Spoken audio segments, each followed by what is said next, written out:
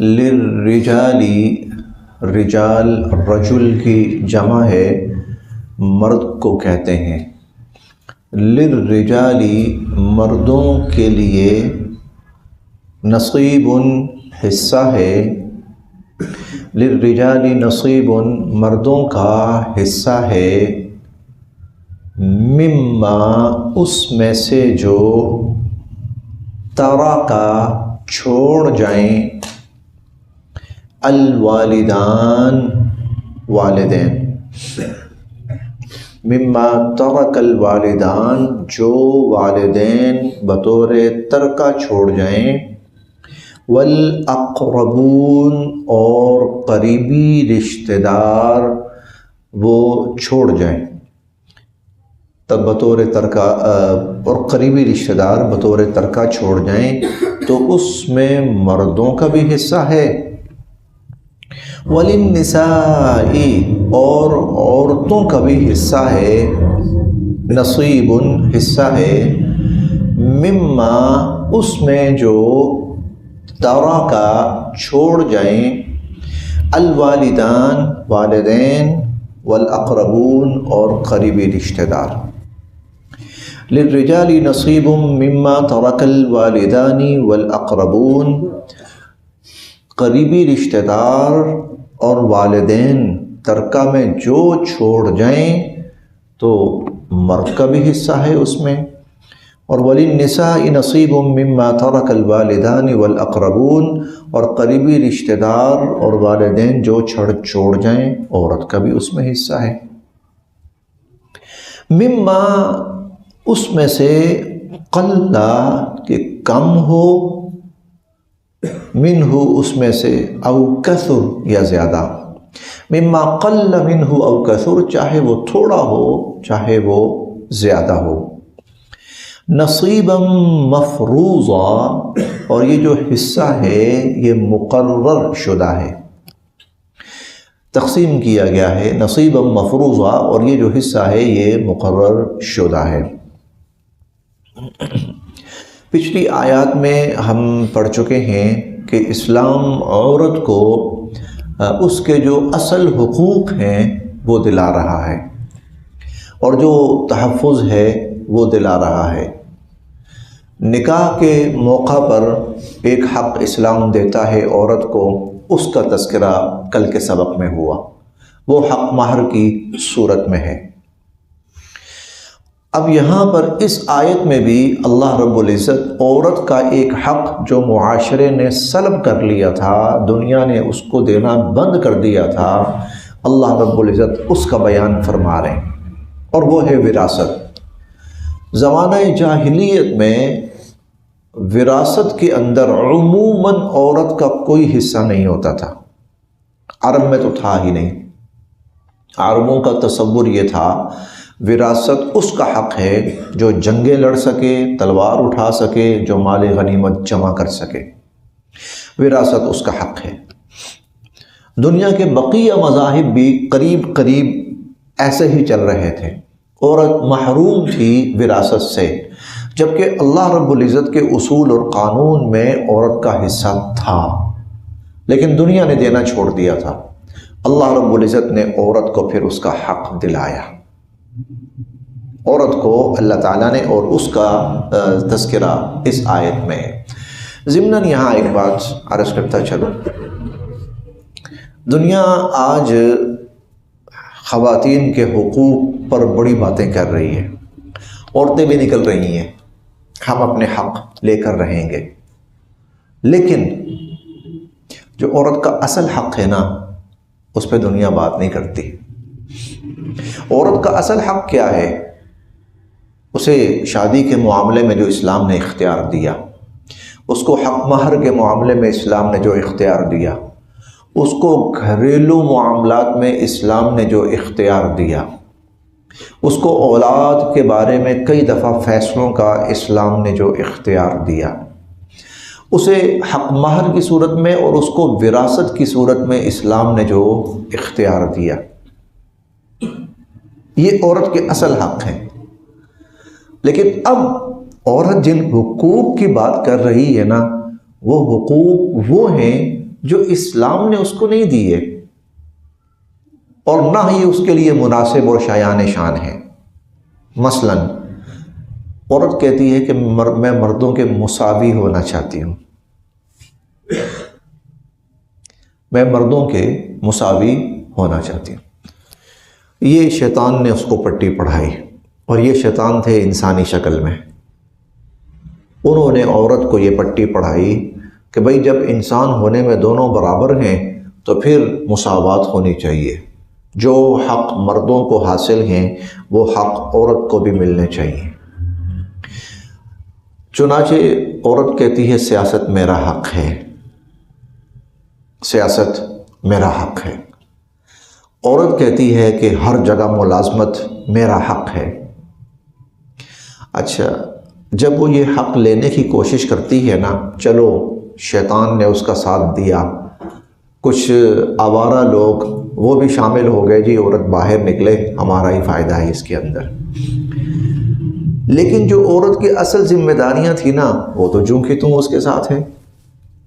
اب عورت پریشان کہ اضافی بوجھ تو میں نے لے لیا، اور جو اصل میرے کام ہیں وہ پھر مجھے ہی کرنے۔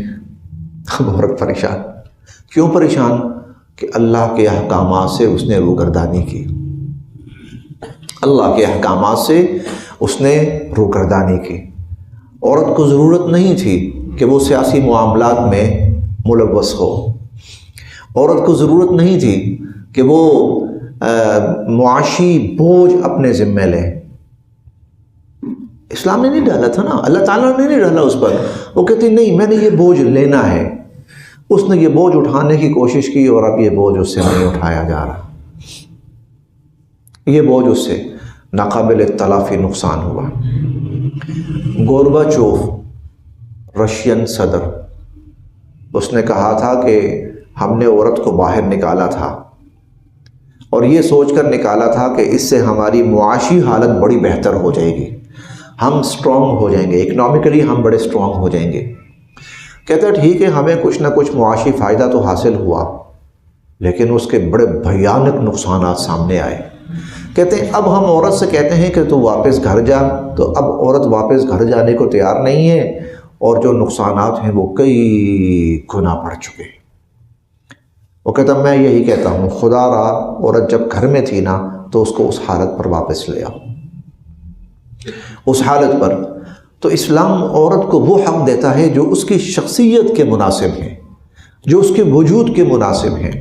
دیکھیں بہت سارے معاملات عورت نہیں کر سکتی، نہیں کر سکتی عورت، فطری عورت کے اندر ڈر ہے فطری طور پر، اس لیے اسلام نے اسے مشکلات میں نہیں دھکیلا۔ اس کا فطری جو ڈر ہے نا، وہ بسا اوقات اس کے لیے پریشانی کا باعث۔ اسلام نے اس کو خطرات میں نہیں دھکیلا کہ جاؤ جنگوں میں جاؤ، نہیں دھکیلا اسلام نے اس کو۔ اسلام نے اس کو نہیں دھکیلا کہ لڑائی جھگڑوں کے اندر تم پڑو۔ اسلام نے اس کو نہیں دھکیلا کہ جہاں مشکلات ہوں تم اس میں گھسو، اسلام نہیں دھکیلا۔ اسلام نے کہا تم سکون سے گھر میں رہو، تم گھر میں سکون سے رہو، گھریلو معاملات کو دیکھو، اولاد کی تربیت کرو، ہاں جہاں تمہاری ضرورت خواتین کی حد تک پڑے تم ضرور جاؤ۔ اسلام نے عورت کو بالکل پابند نہیں کیا کہ گھر سے تیرا پیر باہر نہیں نکلنا چاہیے، نہیں، جہاں ضرورت ہے عورت جائے، لیکن جہاں ضرورت ہے، جہاں ضرورت نہیں ہے اسلام کہتا ہے تم نے کیا کرنا ہے، جا کر وہاں عورت میں نے جانا ہے۔ اب اس کے نتائج دنیا بھگت رہی۔ امریکہ کی صدر کی بیوی اور صدارتی امیدوار ہیلری کلنٹن تھا نا، اس کی بیوی، کلنٹن تھا اس کی بیوی، آئی یہاں پر پاکستان میں۔ تو یہ 6 7 8 سال پرانی بات ہے۔ اس نے یہ خواتین کا کوئی کالج تھا، تو وہاں اس کا کوئی پروگرام تھا۔ اس نے بچیاں تھیں سامنے، اس نے پوچھا بچیوں سے بیٹا آپ کے مسائل کیا ہیں، آپ کی پرابلمز کیا ہیں؟ تو بچی کہنے لگی جی ہمیں یہاں تعلیم کے لیے مناسب سہولیات میسر نہیں ہیں، مناسب سہولیات ہمیں میسر نہیں ہیں۔ کیسے؟ لیب کا سسٹم ہے، جو تعلیم کے ذرائع ہیں وہ بڑے پرانے ہیں، جدید ذرائع جو ہم چاہتے ہیں وہ ہمیں میسر نہیں. اس لیے ہمیں تعلیم کے اندر اور پھر جو پریکٹیکلی تجربات جو ہوتے ہیں پریکٹیکلز، ان کے اندر ہمیں بڑی پریشانیاں ہوتی ہیں. اچھا تعلیمی سسٹم میسر نہیں ہے ہمیں. اس نے کہا ٹھیک ہے. میں نے کہا میں تمہیں بتاؤں، میں جس معاشرے سے نہیں ہوں، وہاں کی بچی کا مسئلہ پتہ کیا سب سے بڑا؟ سننے والی بات ہے.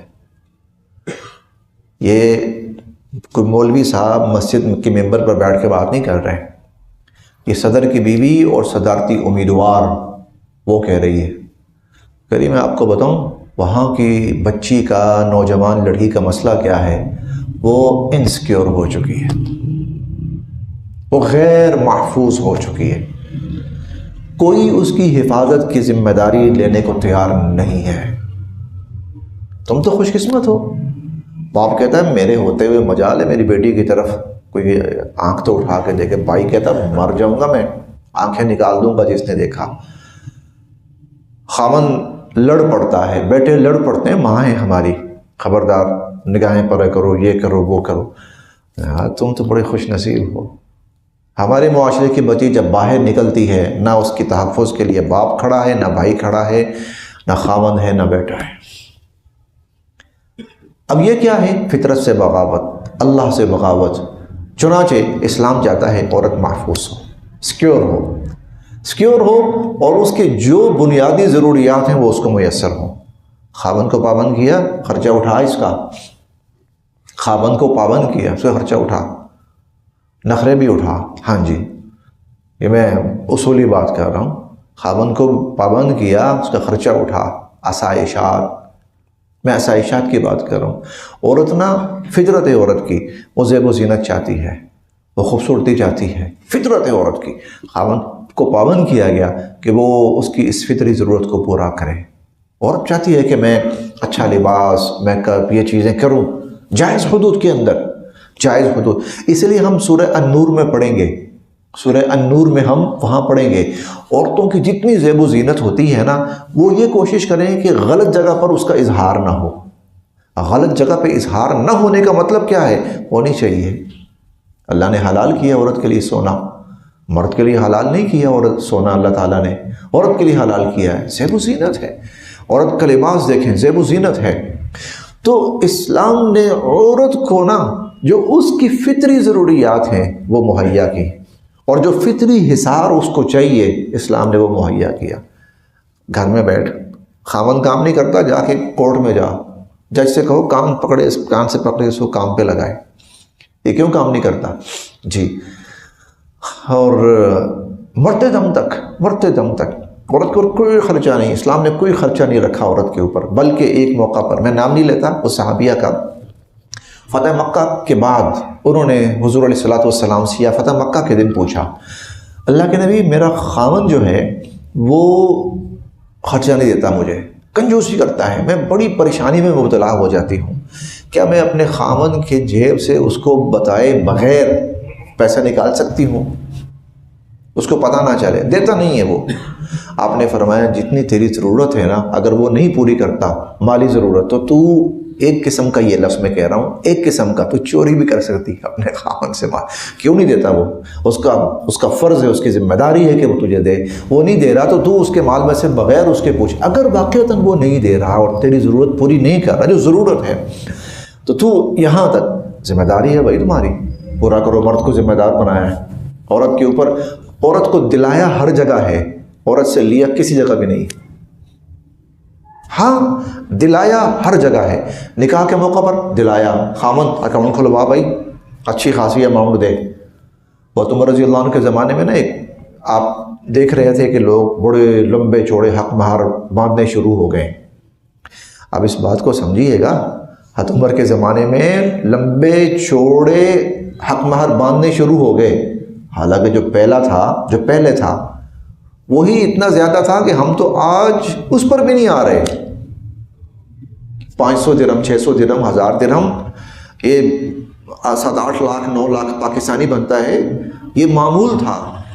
ہم تو اس پر بھی نہیں ہے.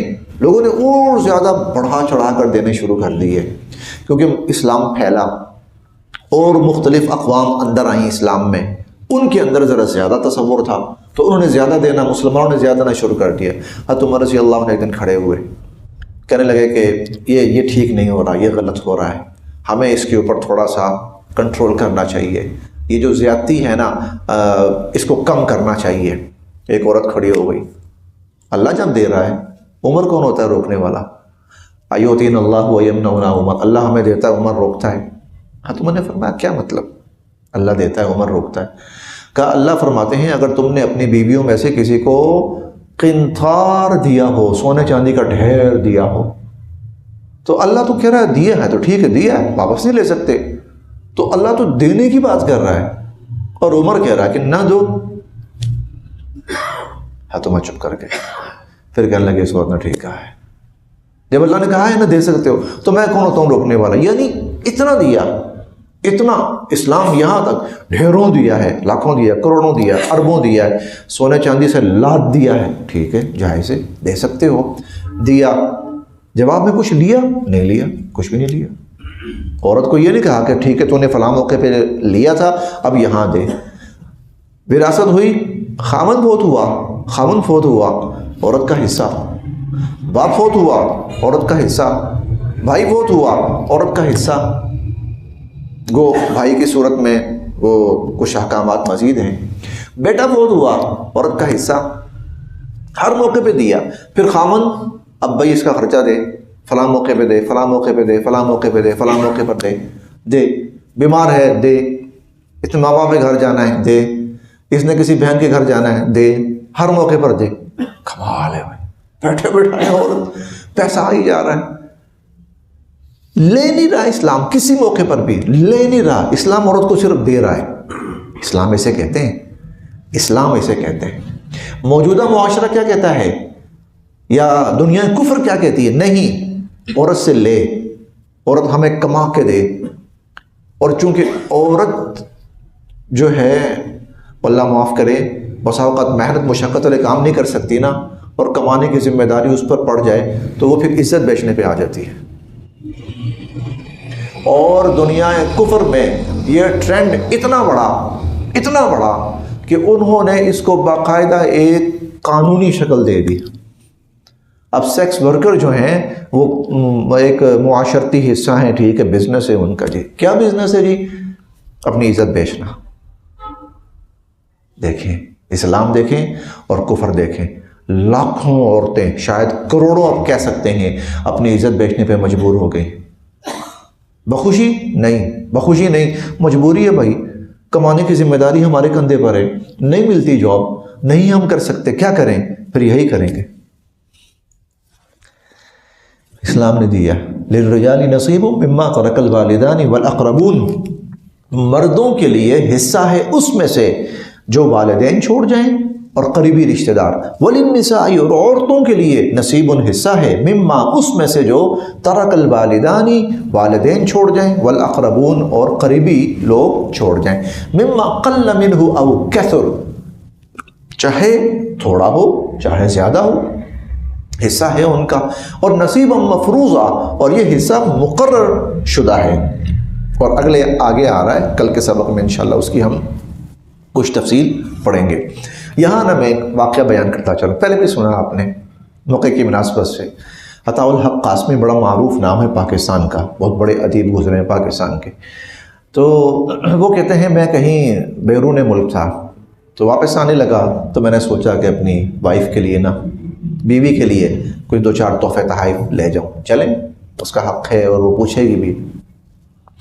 کہتے ہیں میں کوئی شاپ پہ گیا، اسٹور پہ گیا، تو میں نے شاپنگ کی وائف کے لیے، تو میں نے جو وہاں سیل گرل تھی نا اسے میں نے کہا کہ میں نے اپنی وائف کے لیے چیزیں لینی ہیں تو مجھے کوئی اچھی ورائٹی دکھاؤ۔ خیر اس نے نکال کے دکھائی، سب کچھ سلیکٹ ہو گیا۔ کہتا جب میں نے پیکنگ وغیرہ کروا لی ساری اور پیمنٹ ہونے لگی تو وہ مجھے کہنے لگی کہ اپنی وائف سے اس کے کتنے پیسے لوگے تم؟ وہ تمہیں پے کرے گی نا اس کا، کیونکہ وہاں یہ ہے اپنا اپنا پے کرو، خاوند اپنا پے کرے، وائف اپنا پے کرے۔ تو میں نے کہا کہ نہیں میں اس سے کیوں پیسے لوں گا اور وہ کیوں پے کرے گی؟ تو میں نے گفٹ ہے میری طرف سے۔ انہوں نے کہا اچھا پیسے نہیں لوگے اس کے لیے؟ شاپنگ کی تم نے اس کے لیے تو اس سے پیسے نہیں لوگے؟ میں نے کہا نہیں، میں اس سے پیسے کیوں لوں گا، پیسے نہیں لوں گا میں. تو کہنے لگی کہ اچھا جب آپ اس کے لیے کہیں کی شاپنگ کرتے ہیں کچھ بھی تو پیمنٹ کون کرتا ہے؟ میں کہا میں ہی کرتا ہوں. اچھا اس کی گروسری وغیرہ تو میں ہی کرتا ہوں, لانڈری وغیرہ میں ہی کرتا ہوں. انہوں نے کہا آپ کی وائف پیمنٹ نہیں کرتی کسی چیز کی؟ کہا نہیں کرتی. کیوں؟ کہنے لگا اس لیے کہ ہمارا دین اسلام ہمیں کہتا ہے کہ خرچ کرنے کی ذمہ داری وہ مرد کی ہے. 5ویں پارے میں ہم پڑھیں گے الرجال قوامون علی النساء بما فضل اللہ بعضهم علی بعض وبما انفقوا. خرچ کرنے کی ذمہ داری مرد کی ہے, تو بھائی میں ہسبینڈ ہوں تو میری ذمہ داری ہے پے کرنا ہر جگہ, تو میں خرچ کرتا ہوں.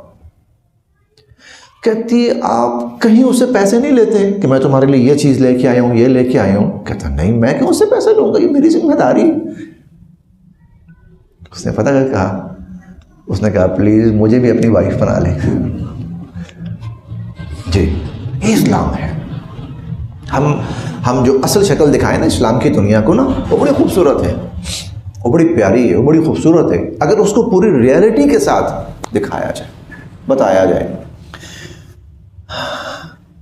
آگے وَإِذَا, اور جب حضر موجود ہوں القسمہ وراثت کی تقسیم میں. وَإِذَا حضر القسمہ, اور جب وراثت کی تقسیم میں موجود ہوں اُولی القربى رشتہ دار, والیتامی اور یتیم, والمساکین اور مسکین محتاج. فرزقو, تو دو, ہم ان کو بھی, منہ اس میں سے. فرزقوہم منہ, تو ان کو بھی اس میں سے کچھ دو. وقولو, اور کہو, لہم ان سے, قولا معروفا, معقول بات, اور ان سے معقول بات کہو. یہ اخلاقی حکم ہے کہ اگر وراثت کی تقسیم کہیں پہ ہو رہی ہے اور اس کے اندر کوئی یتیم بیٹھا ہوا ہے یا کوئی غریب بیٹھا ہوا ہے یا کوئی اور رشتہ دار بیٹھا ہوا ہے جس کا اصولاً حصہ نہیں بنتا, لیکن بہرحال وہ دیکھ رہا ہے نا کہ یہ بھی تقسیم ہو رہا ہے, یہ بھی آ رہا ہے, اس کو یہ مل رہا ہے, اس کو یہ مل رہا ہے, تو اس کے دل میں بھی خیال آتا ہے کہ شاید مجھے بھی کچھ دیں. تو اللہ فرماتے ہیں تو کچھ دے دو ان کو بھی. یہ اخلاقی حکم ہے, لازمی نہیں ہے, لیکن اسلام اس درجے کی اخلاقی تعلیم دیتا ہے, اس درجے کی اخلاقی کہ اگر وہ بیٹھے ہوئے ہیں تمہارے سامنے موجود ہیں, تم تقسیم کر رہے ہو مال و دولت کی, تو ان کو بھی کچھ نہ کچھ. وقولوا لهم قولا معروفا, اور ان سے کہو معقول بات. یعنی معقول بات کیا کہ دیکھیں جی اصلاً آپ کا حصہ شنن اس کے اندر نہیں ہے, لیکن آپ بہرحال ہمارے رشتہ دار ہیں یا آپ کے ساتھ یہ تعلق ہے, چلیں کچھ تھوڑا سا ہماری طرف سے آپ قبول فرما لیجیے.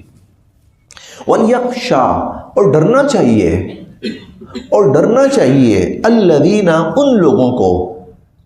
وَلْيَخْشَى, اور ڈرنا چاہیے الذین, ان لوگوں کو, لو, اگر, ترکوا, وہ چھوڑ جائیں, من خلفہم, اپنے پیچھے, ذریۃً, اولاد, ضعافاً, کم سن.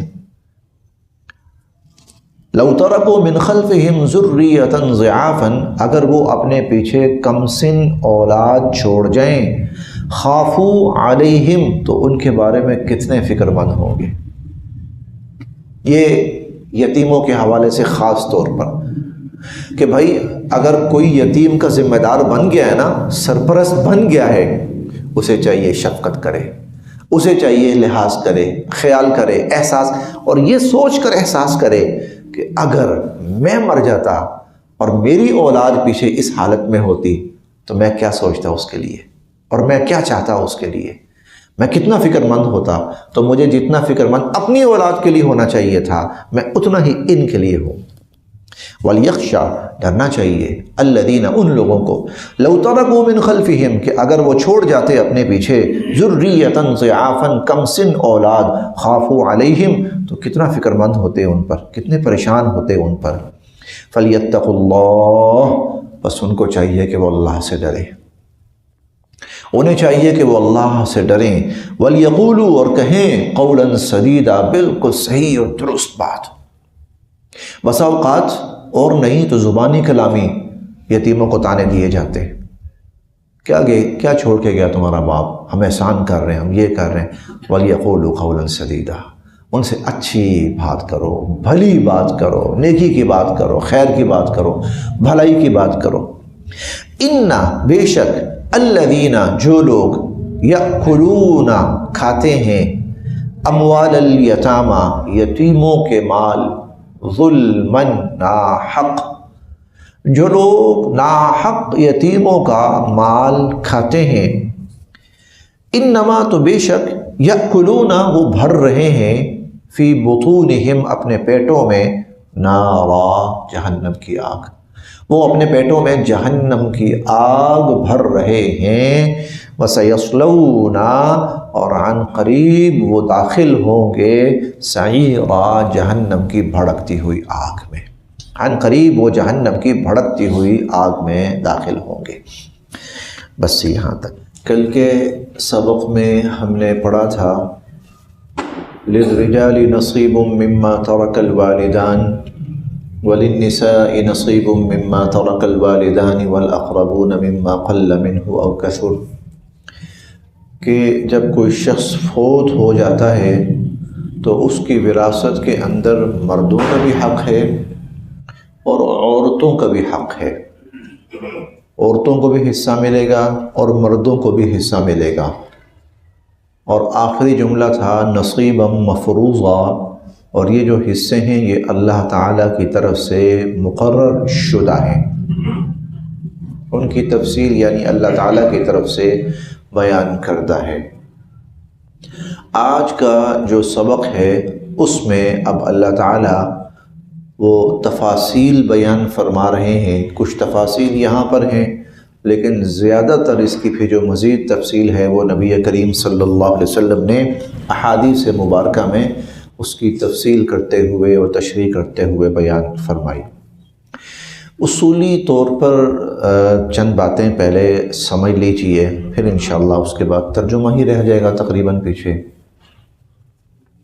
کسی شخص کا جب انتقال ہوتا ہے تو اس کے بعد وہ جو بھی مال، جائیداد، گاڑی، کوئی بھی چیز چھوڑتا ہے وہ اس کا ترکہ کہلاتا ہے۔ وراثت بھی کہلاتی ہے وہ، اور ترکہ بھی کہلاتا ہے۔ یہ جو وراثت ہے، ترکہ ہے، تو یہ 4 جگہوں پر خرچ کیا جائے گا،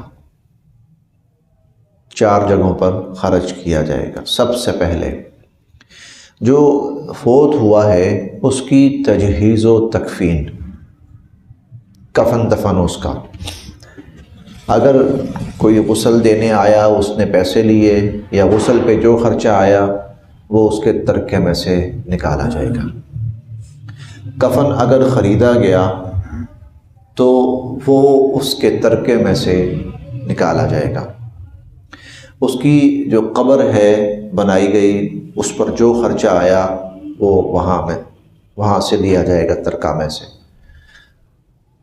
قبرستان دور تھا، گاڑی کے اندر یا ایمبولینس کے اندر ڈال کر لے کر گئے، جو خرچہ ایمبولینس کا آیا وہ اس میں سے نکالا جائے گا، ترکے میں سے۔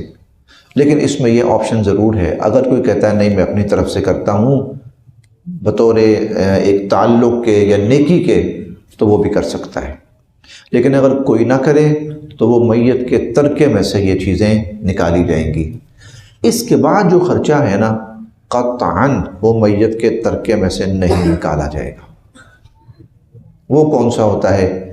اے بھائی سب مہمان روٹی کھا کے جائیں، مہمانوں کے لیے، اور پھر اس کے بعد کل دوسرے دن کا ختم ہے، تیسرے دن کا ختم ہے، اتنے لوگ آئیں گے، مہمان آئیں گے، یہ وہ، یہ سب ہماری طرف سے ہے، اسلام کی طرف سے نہیں۔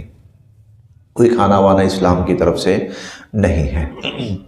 وہ جس نے کرنا ہے اپنی جیب سے کرے گا۔ اس میں سے ایک پائی بھی، ایک آنا بھی اور ایک پائی بھی میت کے ترکے میں سے نہیں لی جا سکتی۔ یہ ہوا پہلا۔ دوسرا ہے قرض، دوسری چیز قرض ہے۔ اس پر اگر قرض تھا تو وہ اس میں سے نکالا جائے گا۔ اس کے ترکے میں سے نکالا جائے گا۔ اگر قرض اتنا زیادہ تھا کہ سارا ترکہ ہی ختم ہو گیا تو ٹھیک ہے، ختم ہو، بس ختم ہو گیا تو ختم ہو گیا، کسی کو کچھ نہیں ملے گا اس کے بعد۔ لیکن قرض کی ادائیگی کے بعد ابھی کچھ مال باقی بچا ہے تو پھر یہ دیکھا جائے گا آیا اس نے کوئی وصیت تو نہیں کی تھی۔ اگر اس نے وصیت کی تھی تو وہ وصیت تہائی مال میں سے جتنا اب بچا ہے، جو میت کا کفن دفن اور میت کا قرض، اس کے بعد جتنا بچا ہے اس میں سے 1/3، 1/3، زیادہ سے زیادہ 1/3 تک، اگر اس سے کم ہے وصیت تو ٹھیک ہے، کوئی حرج نہیں، لیکن اگر وصیت اس 1/3 تک ہے تب بھی ٹھیک ہے، لیکن اگر وصیت 1/3 سے زیادہ ہے تو صرف 1/3 تک وہ اس میں سے نکالا جائے گا، اور جس کے لیے اس نے وصیت کی ہے تو اس کو دے دیا جائے گا۔ پھر جو مال بچ گیا ہے ان 3 خرچوں کے بعد، ان 3 مصارف کے بعد پھر جو مال بچ گیا ہے اب یہ ورثاء کے اندر تقسیم کیا جائے گا۔ ایک بات ہو گئی۔ دوسری بات، یہ جو وصیت کا ذکر آیا تھا نا، اللہ تعالیٰ نے انسان کو اختیار دیا ہے کہ اس کا جو ترکہ ہے، وراثت ہے، اس میں کچھ لوگ نہیں آتے، ویسے وہ لوگ اس کو بڑے عزیز ہوتے ہیں، ان کے احسانات ہوتے ہیں زندگی میں اس پر، یا وہ سمجھتا ہے کہ یہ بڑے غریب ضرورت مند محتاج ہیں تو کیوں نہ میں اپنے مال میں سے کچھ ان کی مدد کروں، لیکن وہ وراثت وہ ورثاء میں نہیں آتے، تو اللہ تعالیٰ نے پھر اس کو وصیت کا آپشن دیا ہے کہ وہ وصیت کر سکتا ہے کہ میرا مال اور اس میں سے اتنا حصہ، لیکن وہ حصہ 1/3 سے کم ہونا چاہیے، یہ ان کو دے دیا جائے۔ چنانچہ وہ جو وصیت ہے وہ قابل عمل، اس پر عمل کرنا ضروری ہے۔ اس وصیت کو جو آدمی کر گیا ہے کوئی شخص تبدیل نہیں کر سکتا۔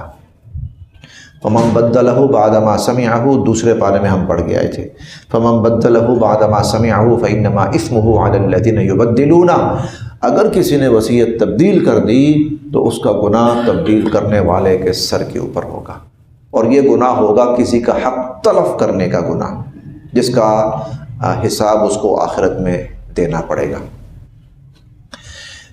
ایک اور بات، جو وارث ہیں ان کے حق میں وصیت نہیں ہو سکتی،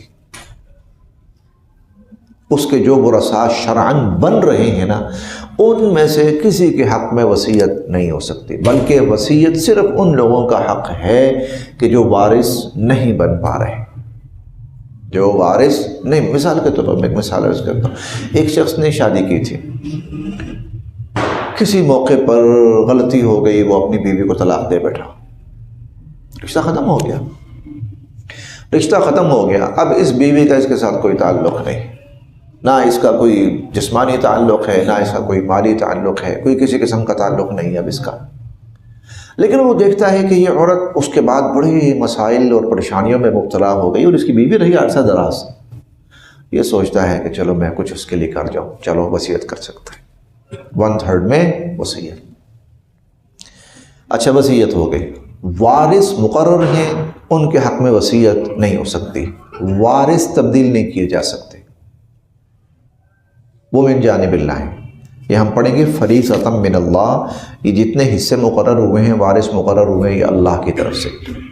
یہ انسان یعنی ان کا جو تقرر ہے وہ عقل سمجھ بوجھ کی بنیاد پر نہیں ہے، بلکہ اللہ کی نص قطعی کی بنیاد پر ہے، نص قطعی کی بنیاد پر ہے، اللہ کے حکم اور فیصلے کی بنیاد پر ہے ان کا تقرر۔ لہذا ان میں سے کوئی اگر جتنا مرضی امیر کیوں نہ ہو وہ پھر بھی وارث ہے، اور کوئی کتنا برا کیوں نہ ہو بہرحال وہ وارث ہے۔ اس کا تقرر اللہ رب العزت کی طرف سے، ورثاء مقرر ہے۔ ایک چیز اور، یہ جو وراثت ہے یہ صرف مسلمان وارث بن سکتا ہے، کافر وارث نہیں بن سکتا، کافر وارث نہیں بن سکتا، مسلمان ہی وارث بن سکتا ہے۔ اگر کسی شخص کے رشتہ داروں میں سے جو وارث بن رہے ہیں، اگر ان میں سے کوئی کافر ہے، وہ خود بخود وراثت سے خارج ہو جائے گا، اسی طرح اگر کوئی فیملی مسلمان ہے اور ان کا کوئی بڑا کافر ہے اور اس کا حالت کفر میں انتقال ہو گیا، ان میں سے کوئی بھی اس کا وارث نہیں ہوگا۔ نہ مسلمان کافر کا وارث بن سکتا ہے، نہ کافر مسلمان کا وارث بن سکتا ہے، یہ ایمان کے ساتھ مشروط ہے۔ اگلی بات، عمومی طور پر عموماً دونوں مرد اور عورت دونوں وارث ہیں، مرد اور عورت دونوں وارث ہیں۔ مثلا ایک شخص کا انتقال ہوا تو اس کے بیٹے بھی ہیں، بیٹیاں بھی ہیں، تو بیٹے بھی وارث ہوں گے، بیٹیاں بھی وارث ہوں گی۔ یا اگر کسی جگہ پر بہن بھائی وارث بن رہے ہیں تو بھائی بھی وارث ہوں گے، بہنیں بھی وارث ہوں گی۔ کسی شخص کا انتقال ہو جاتا ہے، ماں باپ زندہ ہیں تو باپ بھی وارث ہوگا، ماں بھی وارث ہوگی، دونوں وارث ہوں گے، مرد بھی اور عورت بھی۔ البتہ مرد کا جو حصہ ہے وہ عورت کی نسبت ڈبل ہوگا، مرد کا حصہ عورت کی نسبت ڈبل ہوگا۔ یہ کچھ بنیادی سی باتیں ہیں وراثت سے متعلق۔ اب ہم انشاءاللہ اس کا ترجمہ پڑھتے ہیں، بڑی حد تک بات واضح ہو جائے گی۔ یوصی حکم دے رہے ہیں، کم تمہیں، اللہ یوصیکم اللہ، اللہ تعالیٰ تمہیں حکم دے رہے ہیں، فی اولادکم، تمہاری اولادوں کے بارے میں۔ اللہ پاک تمہیں تمہاری اولادوں کے بارے میں حکم دے رہے ہیں، اور وہ حکم کیا ہے کہ للذکر مثل حظ الانثیین، للذکر مرد کے لیے مثل برابر ہے، حظ حصہ، الانثیین دو عورتوں کے، کہ مرد کو دو عورتوں کے برابر حصہ ملے گا، مرد کے لیے دو عورتوں کے برابر حصہ ہے۔ اچھا، ذہن میں خیال آ جاتا ہے، کیوں بھائی عورت انسان نہیں ہے؟ عورت انسان ہے، جب اللہ تعالیٰ کہتے ہیں تم سب برابر ہو تو پھر اس کو کم، مرد کو زیادہ کیوں؟ یہ وہ بات ہے جس پر بہت شور ہوا، اور غیر مسلم جو ہیں انہوں نے اس پر بہت شور کیا، اعتراض کیا، اختلاف کیا کہ اسلام عورت کو کم تر تصور کرتا ہے، اسلام عورت کو آدھا انسان تصور کرتا ہے، پورا انسان بھی تصور نہیں کرتا۔ اچھا، ویسے کل اس کا جواب ہو چکا ہے، لیکن چونکہ اب آیت شروع ہوئی ہے، اصولی بات یاد رکھی ہے، اللہ رب العزت نے جو اللہ کا دین میں وہ بات میں وہ کر رہا ہوں، اللہ کا دین یہ ہے کہ مرد زندگی میں دیتا ہے، اور عورت زندگی میں لیتی ہے۔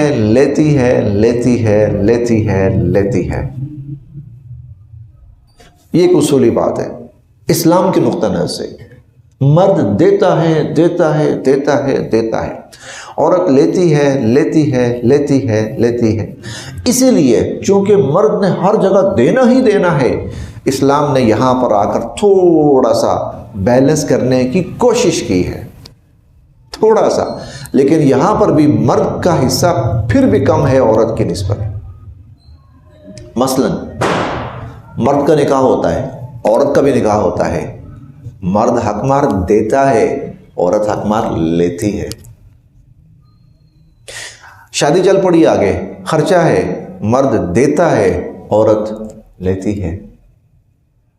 بہن کی شادی ہے، بہن کوئی خرچہ نہیں کرتی، بہن کو تو جتنا ہے وہ جیب میں ڈال رہی ہے، بھائی ہے وہ لگا رہا ہے اس کے اوپر۔ مرد ہر موقع پہ خرچ کرتا ہے اور عورت ہر موقع پر وصول کرتی ہے۔ اس لیے یہاں پر آ کر اگر میں آپ کو ایک چھوٹی سی مثال دوں یوں سمجھیے ایک شخص کا انتقال ہوا، اس کے دو اولادیں، بیٹا اور بیٹی، 3 لاکھ روپے وہ اپنی وراثت چھوڑ کے گیا، 3 لاکھ ٹوٹل وراثت، 3 لاکھ۔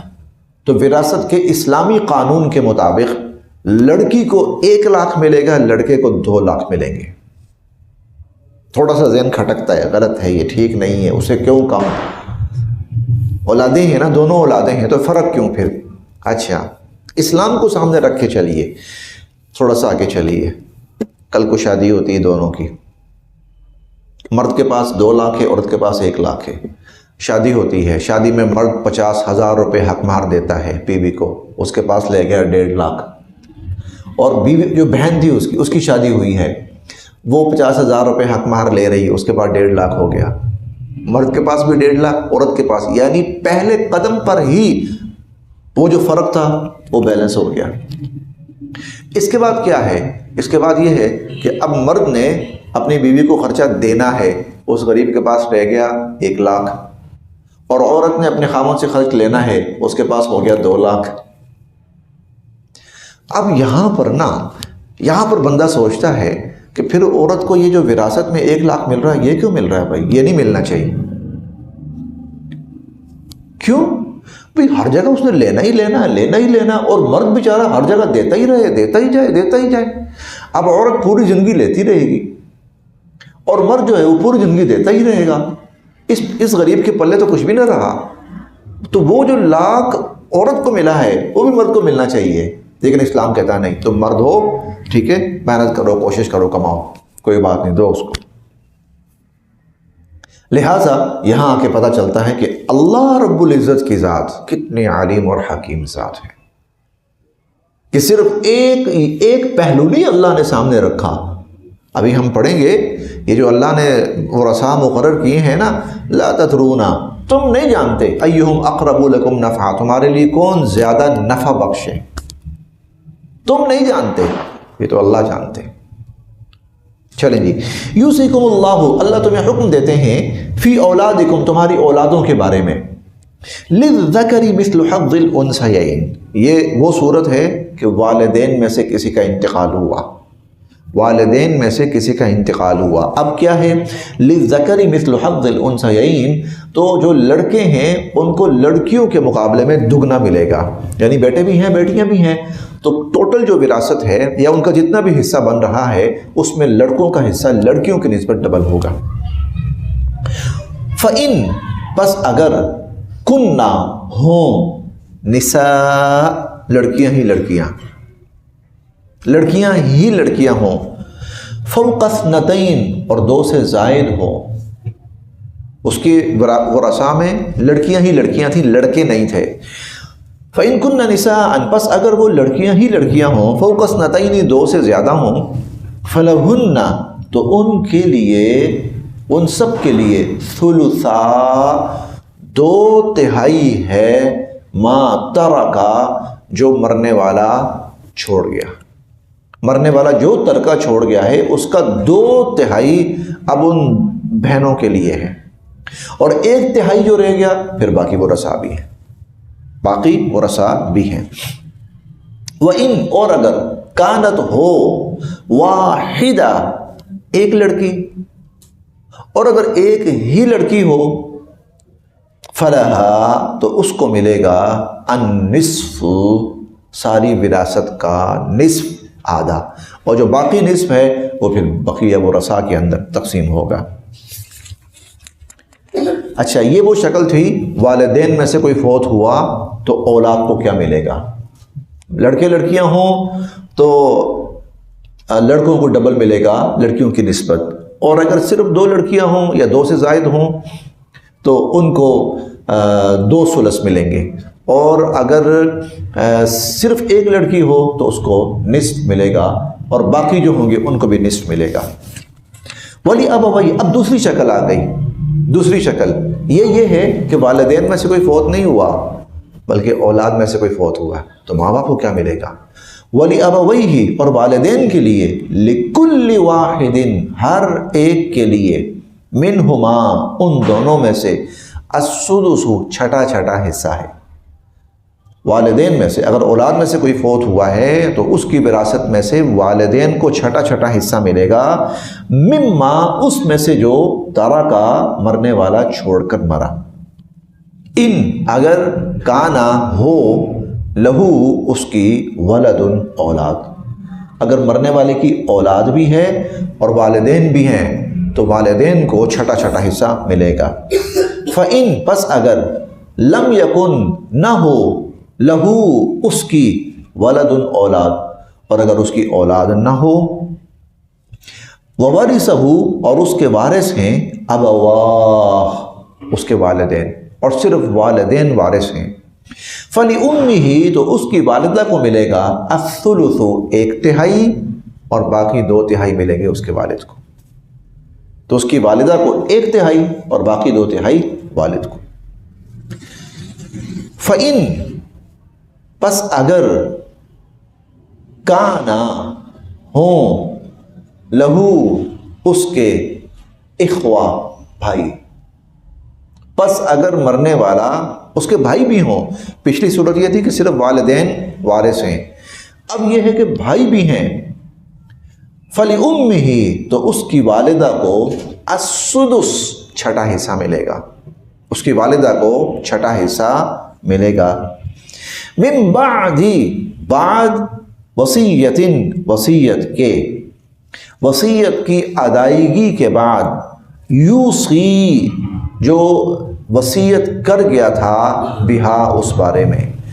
ہاں یہ سارا ترکہ کب ہوگا؟ وصیت کی ادائیگی کے بعد، جو وصیت مرنے والا کر کے گیا تھا، او یا دین اگر قرض تھا تو قرض کی ادائیگی کے بعد۔ یہ جو وراثت ہے یہ قرض اور وراثت، اس قرض اور وصیت کی ادائیگی کے بعد۔ آباؤکم تمہارے آباء و اجداد میں سے، یعنی آباء و اجداد نہیں والدین، تمہارے والدین میں سے، وابناؤکم اور تمہاری اولادوں میں سے، لا تدرون تم نہیں جانتے، ایہم ان میں سے کون، اقرب زیادہ قریب ہے، لکم تمہارے لیے، نفع اور فائدے کے اعتبار سے، تمہارے والدین یا تمہاری اولاد تمہارے لیے نفع بخش کون سی ہے تم نہیں جانتے۔ مطلب کیا ہے؟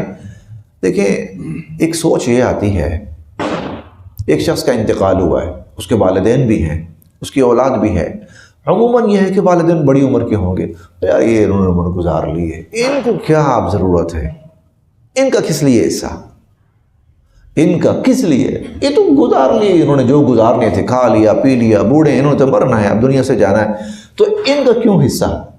ذہن میں سوچتا ہے آدمی، کیوں نہ یہ سب کچھ میری اولاد کو ملے، انہوں نے ابھی زندگی گزارنی ہے۔ اللہ تعالیٰ فرماتے ہیں تمہیں نہیں پتہ تمہارا فائدہ کس میں ہے، تمہارا نفع کس میں ہے۔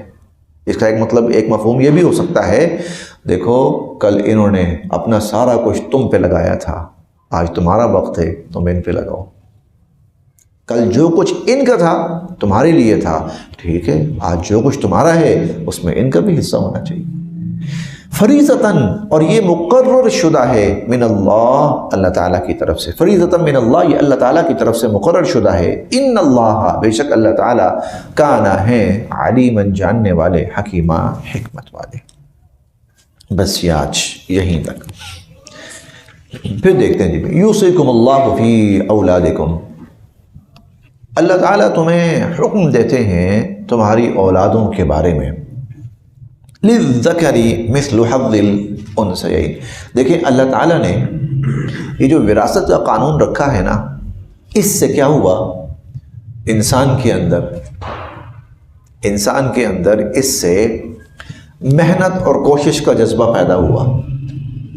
مثلا یار میں کچھ چھوڑ کے جاؤں اپنی اولاد کے لیے، کل کو ان کا بھی کوئی فائدہ ہو، کوئی بھلا ہو۔ اگر ذہن میں تصور یہ ہوتا نا، اگر اسلام کا حکم یہ ہوتا اپنے مرنے سے پہلے جو کچھ ہے خرچ کر دو، تو آدمی محنت چھوڑ دیتا، بندہ مشقت چھوڑ دیتا، یار کیا اتنی محنت کرنی ہے، کل مر جاؤں تو یہ سارا کچھ گورنمنٹ کو چلا جائے گا، خدا نخواستہ اگر آدھی سے زیادہ دنیا محنت چھوڑ دیتی تو دنیا کا جو نظام تھا نا وہ دھرم بھرم ہو جاتا۔ تو اللہ رب العزت نے دنیا کے نظام کو قائم رکھنے کے لیے، بنانے کے لیے، بڑھانے کے لیے اللہ تعالیٰ نے وراثت کا حکم رکھ دیا۔ ایک فائدہ۔ دوسرا فائدہ، بہت دفعہ ایسا ہوتا ہے وراثت سے، اور یہ بات بڑی حد تک تجربہ شدہ بھی ہے، کہ یہ جو وراثت کا مال ہے نا اس میں برکت بڑی ہوتی ہے۔ وراثت جب ملتی ہے نا اولادوں کو، اولادوں کے پاؤں قدم ایسے مضبوط ہوتے ہیں، بشرطے کہ بدنیت ہی نہ ہو۔ ہمارے یہاں جو بدنیتیاں آ جاتی ہیں نا، میں اس کا حق مار لوں، اس کا حق مار لوں، اس کو نہ دوں، کسی طرح مجھے زیادہ مل جائے، یہ چیز خراب کرتی ہے۔ ورنہ کئی دفعہ ایسا ہوتا ہے اگر نیک نیتی کے ساتھ وراثت تقسیم ہو تو یہ جو وراثت ہے اس میں اللہ نے اتنی برکت رکھی ہے کہ اولاد سٹیبل ہو جاتی ہے. کئی دفعہ بہن بھائی سٹیبل ہو جاتے ہیں، کئی دفعہ کوئی اور جو رشتہ دار اس میں کسی وجہ سے حصے دار بن رہے ہوتے ہیں وہ سٹیبل ہو جاتے ہیں. تو یہ دنیا کے اندر کل ہم نے پڑھا تھا ایک جملہ، جعل اللہ لکم قیاما، اللہ نے اس مال کو تمہارے لیے دنیا کے نظام کے بقا کا ذریعہ بنایا ہے، تو یہ بقا بن جاتی ہے. دیکھیں مثال کے طور پر ایک شخص فوت ہو جاتا ہے، وہ برسر روزگار تھا، اس کی بیوہ جب تک زندہ ہے اس کو پینشن ملتی رہے گی، وراثت ہے. تو وراثت ہے 50 سال بسا اوقات وہ گھر کے نظام چلتے رہتے ہیں، دعائیں دیتے ہیں، شکر ہے. ہم اکثر دیکھ لیں بیٹا شکر کرو ہمارے بڑے بنا گئے کچھ، وہ وراثت میں ہمیں مل گیا، ہمارے کام آ گیا. ورنہ اب جو حالات خصوصاً چل رہے ہیں نا تو بڑا مشکل ہو جائے. تو اللہ تعالیٰ نے وراثت کا نظام اس لیے رکھا ہے دنیا کا نظام قائم رہے، لوگ محنت کرتے رہیں، کوشش کرتے رہیں، مشقت کرتے رہیں، بعد والوں کو فائدہ پہنچے بعد کے اندر. جی یوصیکم اللہ فی اولادکم، اللہ تعالیٰ تمہیں حکم دیتے ہیں تمہاری اولاد کے بارے میں، للذکر مثل حظ الانثیین، کہ مرد کے لیے 2 عورتوں کے برابر حصہ ہے. فَإِن كُنَّ نِسَاءً، پس اگر وہ صرف عورتیں ہی عورتیں ہوں، فوق اثنتین و 2 سے زائد ہوں، 2 یا 2 سے زائد ہوں، فَلَهُنَّ ثُلُثَا مَا تَرَكْ، تو کل ترکے کا 2/3 ان کا ہے. وَإِن كَانَتْ وَاحِدَةً، اور اگر ایک ہو، فَلَهَا النِّصْفُ، تو اس کا بھی یہی حصہ ہے. اچھا دیکھیں ایک مزے کی بات، یہاں اللہ تعالیٰ صرف فیمیل کا ذکر کر رہے ہیں، عورت کا ذکر کر رہے ہیں.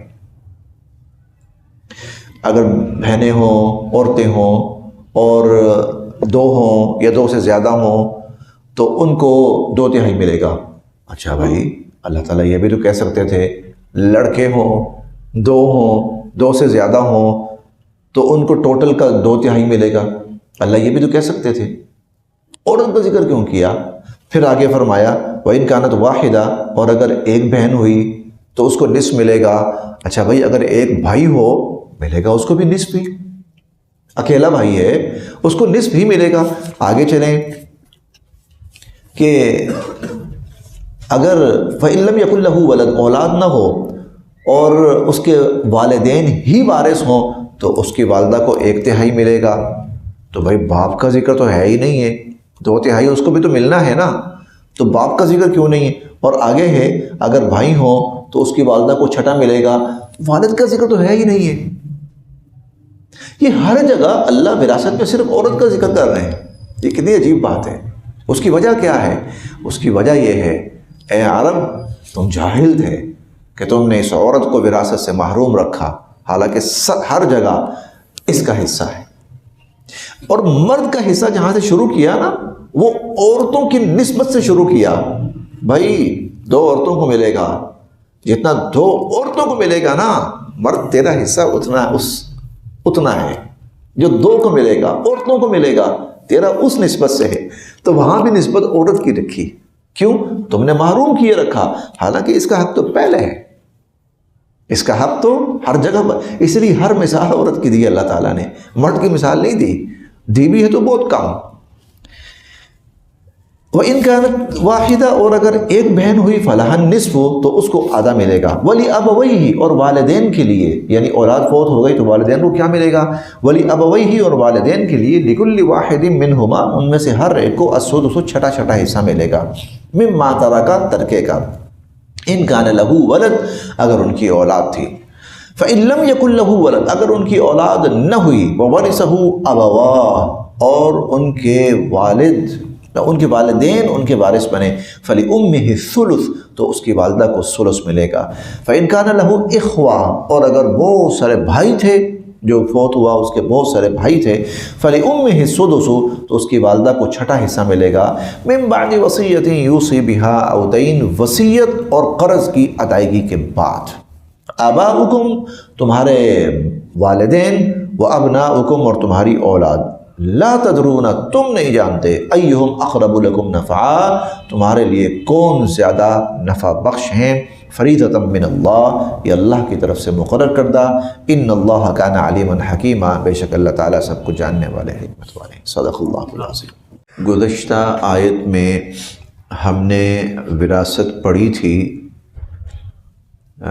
دو اعتبار سے، ایک تو یہ ہے کہ اولاد کا انتقال ہو تو والدین کو کیا ملتا ہے، اور دوسرا یہ کہ والدین کا انتقال ہو تو اولاد کو کیا ملتا ہے۔ اب آج کے سبق کے اندر دو اس کی صورتیں اللہ پاک اور بیان فرما رہے ہیں۔ ایک صورت یہ ہے کہ خاوند فوت ہو جائے تو بیوی کو کیا ملتا ہے، بیوی فوت ہو جائے تو خاوند کو کیا ملتا ہے، ایک صورت یہ ہے، اور ایک صورت یہ ہے کوئی ایسا شخص فوت ہو جائے جس کے نہ والدین ہیں نہ اولاد ہے، تو اس کا پھر کیا حکم، کیا صورت ہوگی۔ وَلَكُمْ اور تمہیں ملے گا، یعنی مردوں کو ملے گا، اس کا مطلب یہ ہے اگر بیوی فوت ہو گئی۔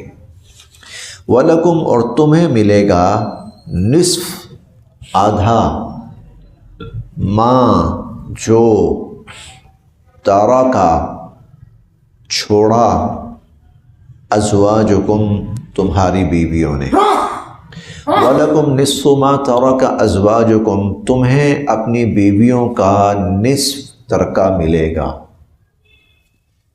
ان اگر لم یکن نہ ہو لہن ان کی ولد اولاد، اگر اولاد نہیں تھی، اولاد نہیں تھی تو ایسی صورت میں خاوند کو بیوی کے ترکہ میں سے نصف ملے گا۔ فَإِن پس اگر کانا تھی لہن ان کی ولد اولاد، اور اگر ان سے اولاد تھی، فَلَكُمْ تو پھر ایسی صورت میں تمہیں یعنی مردوں کو الربع چوتھائی حصہ ملے گا کل ترکے کا، مما ترکنا جو وہ چھوڑ کر گئی ہیں، جو ترکہ وہ چھوڑ کر گئی ہیں تو اس میں سے پھر مردوں کو چوتھا حصہ ملے گا، 1/4۔ لیکن وہی تفصیل ہے، من بعد وصیۃ یوصین بہا او دین، من بعد وصیہ وصیت کی ادائیگی کے بعد، یوصین بہا اگر انہوں نے وصیت کی ہو، اگر انہوں نے کوئی وصیت کی تھی تو وصیت کی ادائیگی، او یا دین ان پر کوئی قرض تھا تو اس قرض کی ادائیگی پہلے ہوگی، وصیت اور ترک کی قرض کی وصیت اور قرض کی ادائیگی پہلے ہوگی، اور پھر اس کے بعد وراثت کی تقسیم ہوگی۔ تو من بعد وصیت یوصین بہا تو یہ ترکہ ہوگا وصیت کے بعد جو وصیت انہوں نے کی، او دین یا پھر قرض کی ادائیگی تھی تو اس کے بعد۔ اب یہ تو تھا بیوی فوت ہوئی اور خاوند کو کیا ملے گا۔ اگلی صورت وَلَهُنَّ اور ان عورتوں کو ملے گا، یعنی اگر خاوند فوت ہو گیا تو بیوہ کو کیا ملے گا، وَلَهُنَّ اور ان عورتوں کو ملے گا الربع چوتھا حصہ، مما اس میں سے جو ترکتم تم چھوڑ کر گئے، تمہارا جو ترکہ تھا اس میں سے ان کو چوتھا حصہ ملے گا، ان اگر لم یکن نہیں تھی لکم تم سے ولد اولاد، اگر تم سے اولاد نہیں تھی یا تمہاری اولاد نہیں تھی تو ایسی صورت میں اولاد نہ ہونے کی صورت میں چوتھائی حصہ ملے گا۔ فَإِن پس اگر کانا تھی لکم تم سے ولد اولاد فلہن الثمن تو ایسی صورت میں جو بیوائیں ہیں انہیں 8واں حصہ ملے گا، مما ترکتم اس میں سے جو تم چھوڑ کر گئے۔ من بعد وصیہ، الحمدللہ کل اتنی تفصیل سے بات ہو گئی تھی کہ اب پیچھے صرف ترجمہ ہی ہے، بس ترجمے سے ہی الحمدللہ ساری بات واضح ہو رہی ہے۔ من بعد وصیہ، وصیت کی ادائیگی کے بعد، توصون بہا، وہ وصیت جو تم نے کی تھی، او دین، یا قرض کی ادائیگی کے بعد۔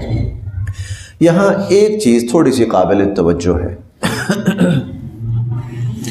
تقریباً 4 جگہ پر اللہ تعالیٰ نے وصیت اور قرض کا ذکر کیا ہے کہ وراثت کی جو تقسیم ہوگی وہ وصیت اور قرضے کی ادائیگی کے بعد ہوگی۔ اصلاً تو جو حضور صلی اللہ علیہ وسلم کا عمل ہے وہ تو یہ ہے کہ آپ قرض کو مقدم فرماتے تھے، قرض پہلے ہوگا، قرض کے بعد جو بچ گیا اس میں سے پھر وصیت دیکھی جائے گی، اور وہ بھی 1/3 میں سے، اور وصیت بھی پوری ہو گئی اس کے بعد پھر وراثت کی تقسیم ہوگی۔ حضور علیہ الصلوۃ والسلام جب عملاً تقسیم فرماتے تھے تو ایسے فرماتے تھے، قرض پہلے ہوتا تھا، اس کے بعد وصیت، اور اس کے بعد پھر وراثت کی تقسیم۔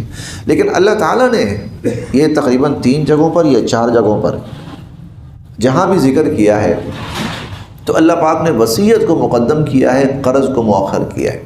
اس کی وجہ یہ ہے،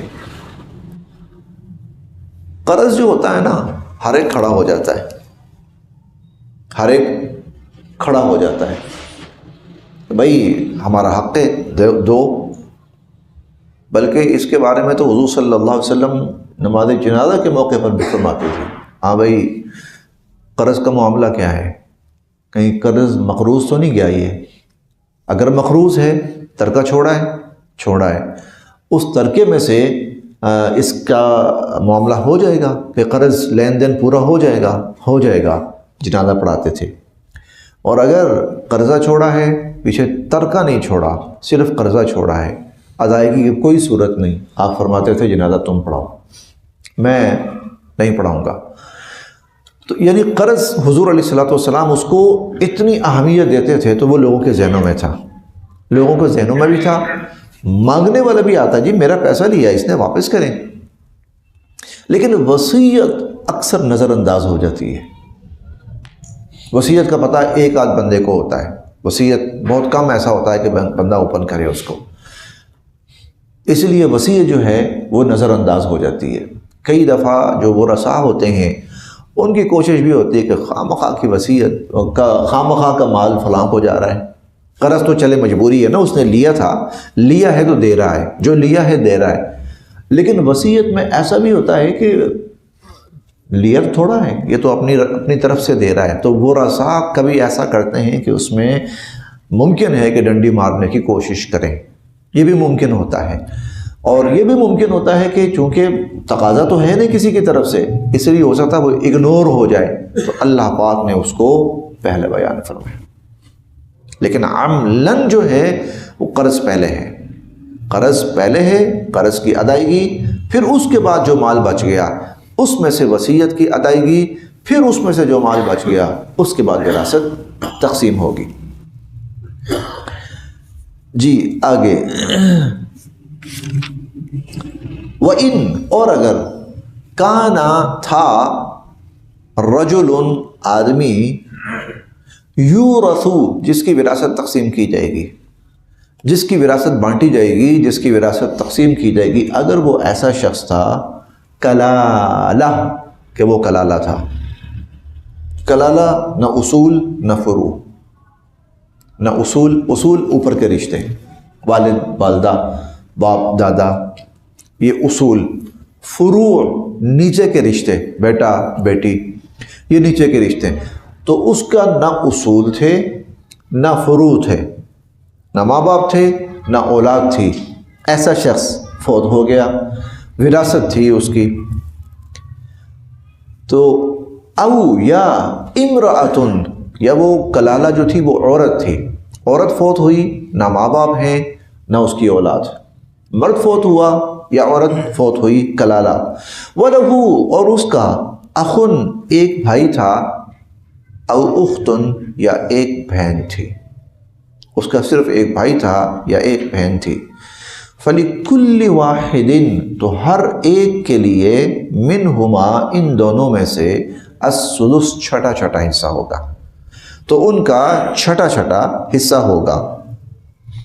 فَإِن پس اگر کانو ہوں وہ اکثر زیادہ من ذالک اس سے، پھر اگر وہ اس سے زیادہ ہوں، فہم شرکا یعنی ایک ایک نہیں تھا بلکہ 2 3 4 اس طرح، تو فہم شرکا تو وہ سب شریک ہوں گے فی الثلث تہائی مال کے اندر۔ اچھا یہ جس بہن بھائی کا تذکرہ ہے یہ سگے بہن بھائی نہیں ہے، سگے بہن بھائی اس کے ہیں نہیں ہے، کلالہ بالکل خالی۔ تو کوئی باپ کی طرف سے بھائی ہے یا ماں کی طرف سے کوئی بھائی ہے بہن ہے یا زیادہ اس طرح کے بھائی بہن ہیں، یہ ان کا تذکرہ ہے، یہ ان کا تذکرہ ہے۔ تو فہم شرکا تو وہ سب کے سب شریک ہوں گے فی الثلث تہائی کے اندر، من بعد وصیت وہی بات وصیت کی ادائیگی کے بعد، یوصی بہا جو وصیت کی گئی تھی، او دین یا اگر قرض تھا تو اس قرض کی ادائیگی کے بعد۔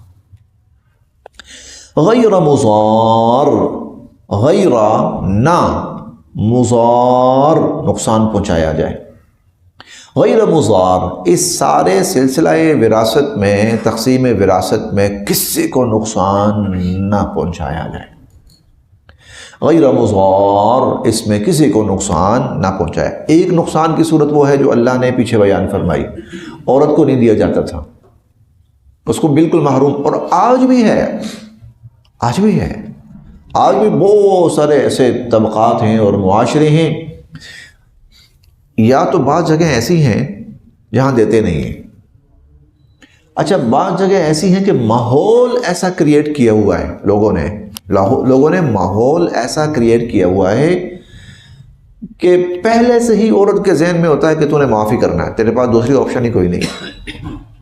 یہ سب حرام ہے، یہ سب قطعاً حرام ہے۔ عورت اس مال کی مالک ہے۔ جامع اشرفیہ کے مفتی صاحب تھے، اللہ کو پیارے ہو گئے اب تو وہ صاحب علم تھے ماشاءاللہ۔ وہ کہا کرتے تھے، چونکہ مختلف علاقوں کے اندر مختلف طرح طرح کے غلط رواج ہیں، تو وہ کہا کرتے تھے بھائی پہلے سے یہ نہ کہو کہ اس نے لینا نہیں یا وہ لے گی نہیں، یا اگر وہ انکار بھی کرے تو ہمارے مروجہ رسوم کی بنا پر اس کے انکار کو ابھی تسلیم نہ کرو، اس کا حصہ لو، جا کے اس کے گھر دے آؤ۔ اسے کہو بی بی آج کے بعد تو مالک ہے، دل کرتا ہے تو لے، نہیں دل کرتا ہے تو بے شک، تاکہ اس کے ذہن کے اندر جو وہ ایک خوف ہے نا کہ میں نے ہر حال میں واپس کرنا ہی کرنا ہے، اگر میں نے واپس نہ کیا تو ساری زندگی مجھے تانے ملیں گے کہ یہ ہے جو بھائیوں کا حق کھا گئی یا ماں باپ کی وراثت کھا گئی یا اس نے واپس نہیں کیا۔ اسی لیے وہ کہا کرتے تھے نہیں، اس کو جا کے دے کے آؤ، کوئی یہ لو، اب اس کے بعد دل کرتا ہے واپس کر دو، ہمیں واپس کرنا ہے ہمیں کر دو، کسی کو دینا کسی کو دے لو، رکھنا ہے رکھ لو۔ تو غیر مضار کسی کو نقصان نہ پہنچایا جائے۔ وصیتاً یہ حکم ہے من اللہ، اللہ کی طرف سے، واللہ اور اللہ تعالی علیم بہت صاحب علم ہیں، حلیم بڑے تحمل والے ہیں، برداشت والے ہیں۔ اور تحمل کا مطلب یہ ہے دنیا میں اگر تم اللہ کے حکموں کو نہیں مانو گے نا اور اللہ کے فیصلوں کے مطابق نہیں چلو گے تو ہو سکتا ہے اللہ دنیا میں تمہیں کچھ نہ کہے، اللہ تعالیٰ تحمل کا معاملہ فرمائیں اور تمہاری پکڑ نہ فرمائیں، لیکن بالآخر آؤ گے تم اللہ کے سامنے، بالآخر اللہ کے سامنے کل قیامت کے دن آؤ گے، پھر وہاں پر تو حساب ہوگا۔ دل کا یہ حدود اللہ، اللہ کی حدود ہیں، یہ اللہ کی حدود ہیں۔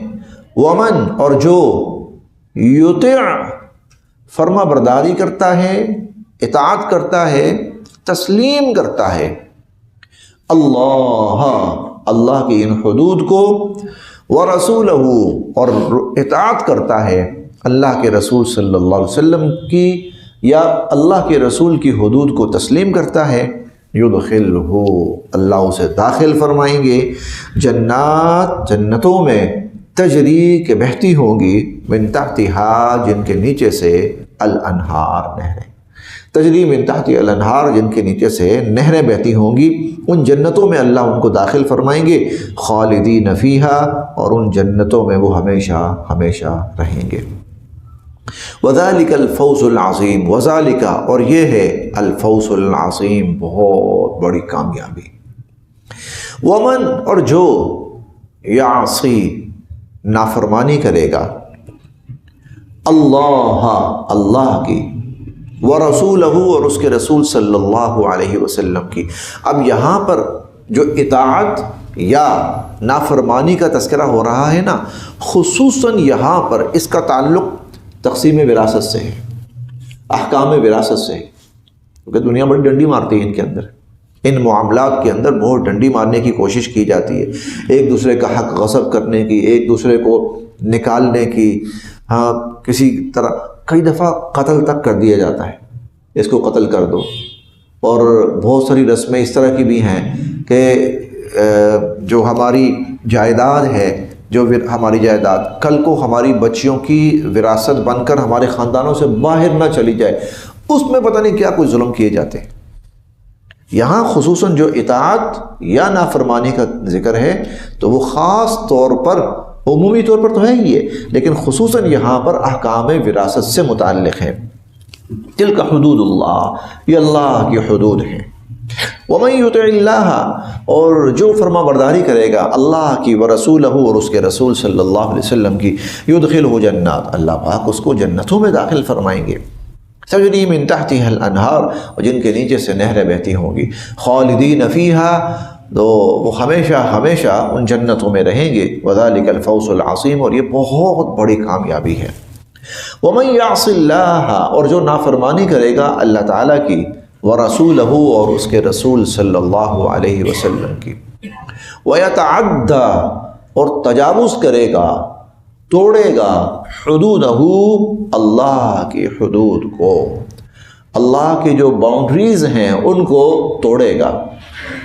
یدخلہ تو اللہ پاک پھر اس کو داخل فرمائیں گے نارن جہنم کی آگ میں، خالدن فیہا اور وہ ہمیشہ ہمیشہ پھر اس میں رہے گا. وَلَهُ اور اس کے لیے عذاب مہین بڑا رسوا کرنے والا عذاب ہے، بہت ذلیل کرنے والا، رسوا کرنے والا عذاب ہے. بس جی یہاں تک.